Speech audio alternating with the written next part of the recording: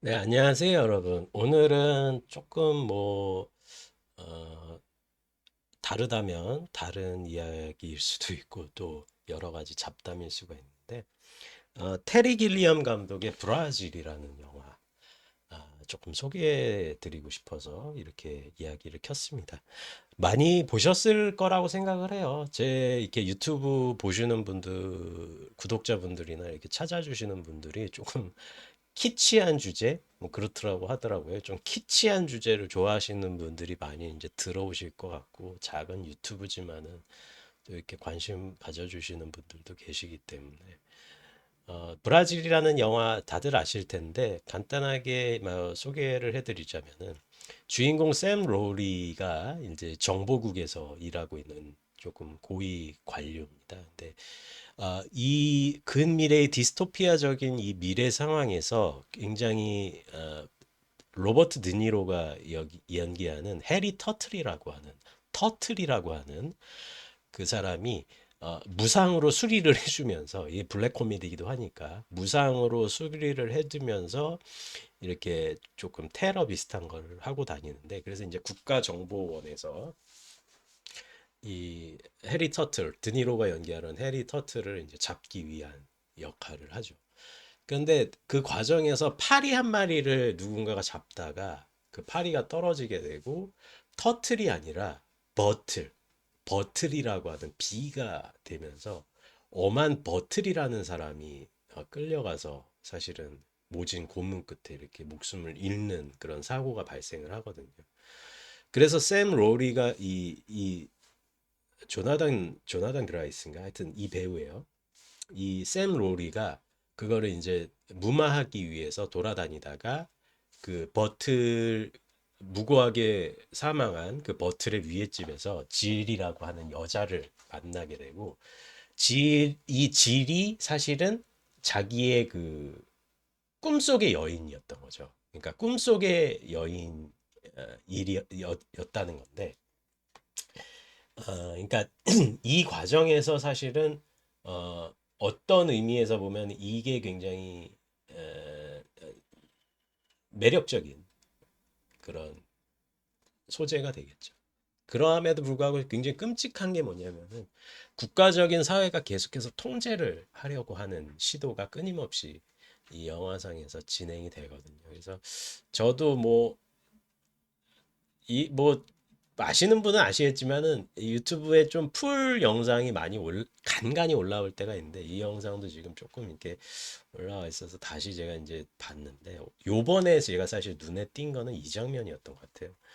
지금 여기 보시면 아시겠지만은 이 마지막 장면에서 어, 샘 로리가 헬프만 국장 미스터 헬프만의 집으로 가서 자신의 연인이 된 질과 살기 전에 질의 과거를 모두 다 삭제하기 위해서 몰래 지금 국장의 사무실로 가는 장면이거든요.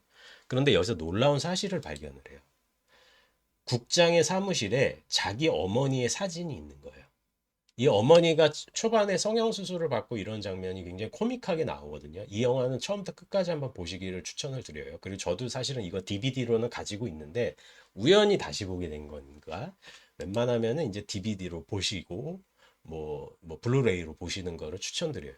근데 어쨌든 간에 지금 요게 제 화면 하나만 딸려고 조금 그렇게 요 장면을 이렇게 그 보여드리는 건데 저도 요 장면에서 내가 왜 이걸 놓쳤을까 싶더라고요. 국장의 책상에 엄마의 사진이 있는 거야.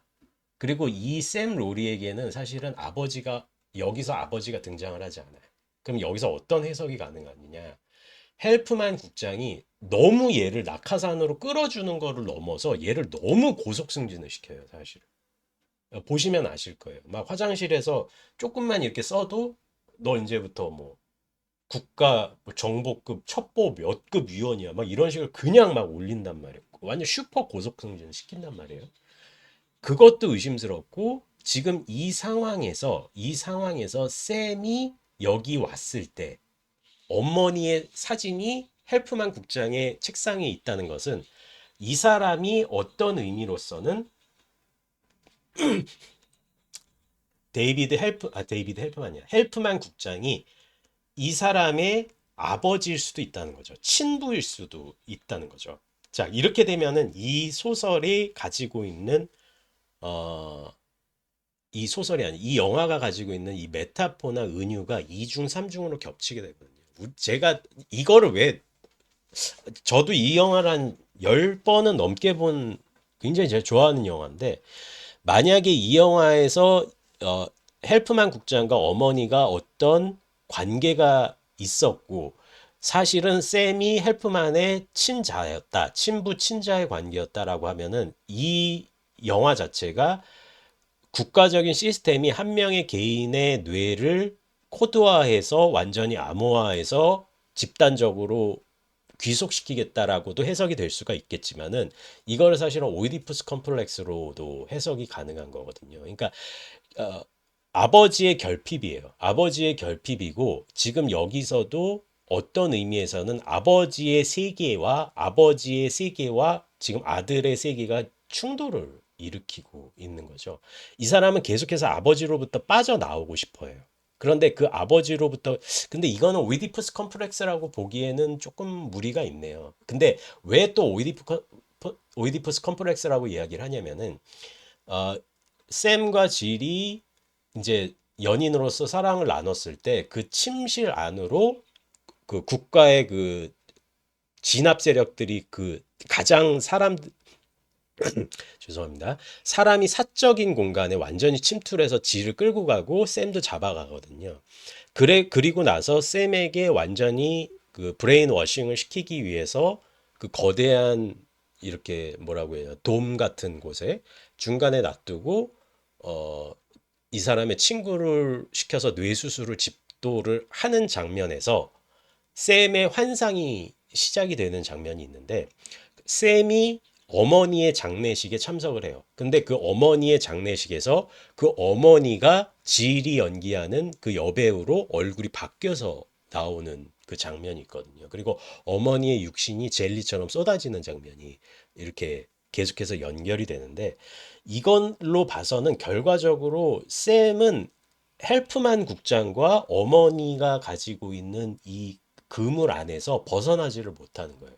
그러니까 공포스러운 오이디푸스 컴플렉스인 거죠. 그러니까 두사 그렇게 따진다면 헬프만은 무시무시한 그게 신이 되는 거고 극작가가 되는 거고 어머니의 영역에서 끝까지 벗어나지 못하는 그러니까 여기서는 어, 오이디푸스 왕에서 등장하는 이오카스테일 거예요. 이오카스테의 여왕처럼 수동적인 여자가 아니라 여기서는 정말 엄마가 너무나 무서운 여자인 거죠. 그리고 헬프만도 괴물인 거고요. 그러니까 이 두 사람으로부터 수동적인 오이디푸스인 샘 로리가 도망치는 구조가 형성이 되는 거예요. 그리고 질은 꿈속에서 이 사람이 날아다닐 때 정말 여신처럼 이렇게 분장을 하고 날아다니는 샘 로리와 이렇게 만나는 장면도 있고 그렇거든요. 그러니까 이, 이 소설은 어떻게 보면은 불쌍한 오이디푸스의 운명 탈출기라고 볼 수도 있어요. 그리고 끄트머리에서 최후의 이 사람이 탈출을 했다라고 생각을 하는 거는 진정한 탈출은 뭐냐면은 그냥 이성을 잃고 미쳐버리는 거죠. 그랬을 때 헬프만이 이렇게 이야기를 하죠. 이 친구 우리의 범위를 벗어났는데 이런 대사가 나오거든요. He's got away from us. 뭐 이런 대사였던 것 같아요.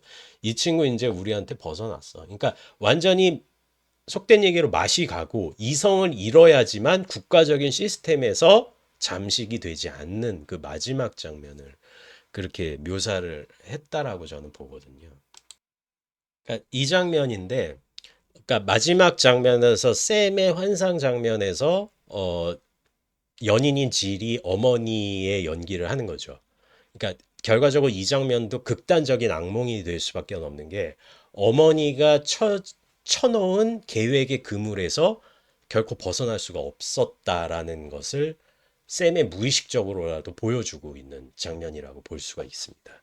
예, 굉장히 이 여배우도 맨헌터라는 영화에서 나온 여배우로 알고 있는데 굉장히 아름답게 연기를 잘했던 것 같고 또 하나 제가 요번에 보면서 섬찟했던 장면은 뭐 그전에도 봤지만은 드니로가 모든 거를 다 이렇게 환상 장면에서 해리 터틀이 다 영웅처럼 다 해결을 했는데 드니로의 몸에 이렇게 그 이게 종이가 붙기 시작을 해요. 기억하실 거예요.